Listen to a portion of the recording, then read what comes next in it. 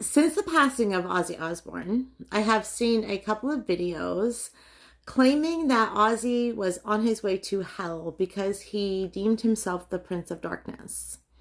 And I have something I want to say about that. And you might not like what I got to say, but I'm going to share my opinion anyway. Back in the day when I used to do mediumship readings, I learned something pretty valuable. And I actually deprogrammed the whole idea between heaven and hell to its entirety. Okay. In those years, I have had the most beautiful and wonderful opportunity to talk to those who passed away by their own hand. I have had the opportunity to talk to souls who may have made some bad decisions in their lives, but were in a peaceful, beautiful place. I have helped cross over souls who are afraid to go into the light because of the judgment that would be there. And I even helped a friend who was dying of cancer. I helped her come to terms with what was waiting for her on the other side because she was afraid to let go. And the experience that lent itself to me made me realize that when we are in a position where it's time to leave the body and move on, that there's something really beautiful and loving waiting for us on the other side. Now, Ozzy Osbourne wasn't my most favorite entertainer, okay? But Ozzy is a soul being living in human body. It is not my job or my responsibility to be his judge nor his jury, or to decide what is going to happen to his soul in the afterlife.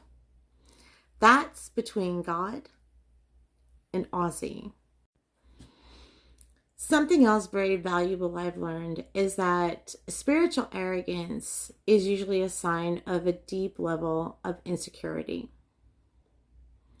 Judgment and criticism usually comes from a projection of judgment and criticism within the self.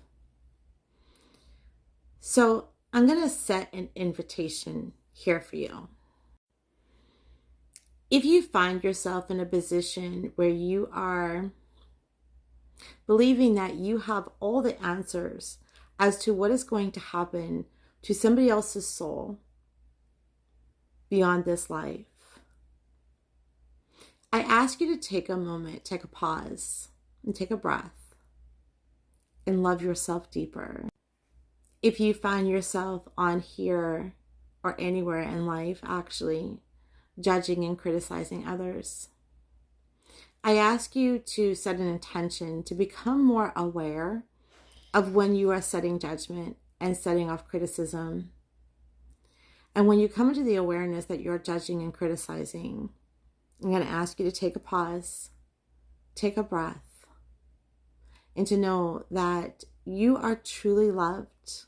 You are loved so deeply and so unconditionally that sometimes our human brains can't even comprehend that.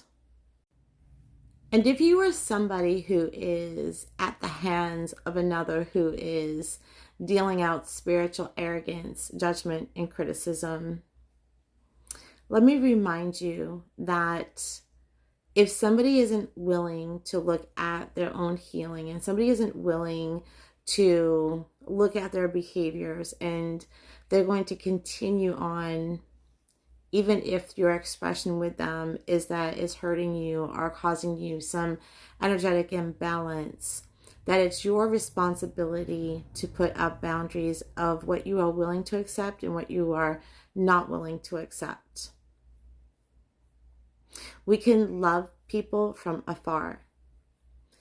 And whenever I find myself in a space around somebody who is dealing out spiritual arrogance or dealing out judgment and criticism, I will, and not willing to look at themselves, that's a kick rocks moment for me.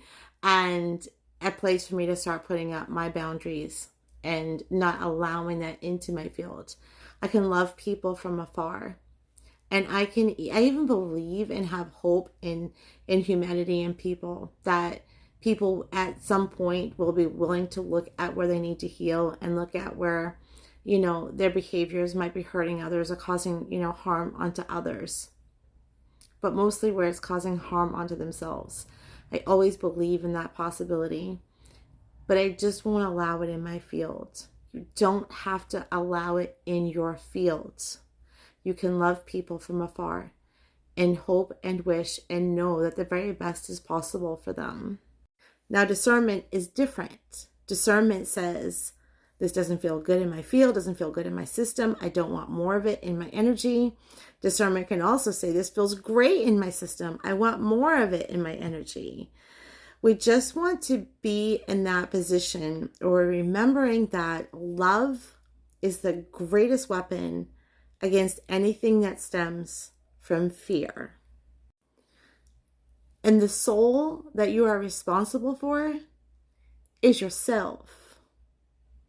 Paying attention to how you're projecting out your fears and insecurities, taking care of you so that the ripple effect that you give out into the world is one that you desire to receive back.